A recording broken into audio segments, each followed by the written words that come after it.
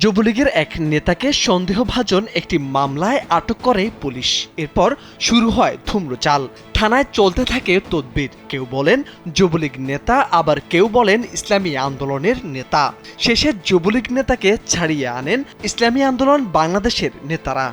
মূলত ইসলামী আন্দোলন ও যুবলীগ এই দুই দলের রাজনীতির মারপেছে আটকে যায় পুলিশ। রফিকুল ইসলাম নাঞ্জু নামের ওই নেতাকে ছাড়াতে থানায় হাজির হয় ইসলামী আন্দোলনের নেতারা। তারা দাবি করেন ইসলামী আন্দোলনের ইউনিয়ন শাখার শিল্প ও বাণিজ্য বিষয়ক সম্পাদক ছিলেন রফিকুল।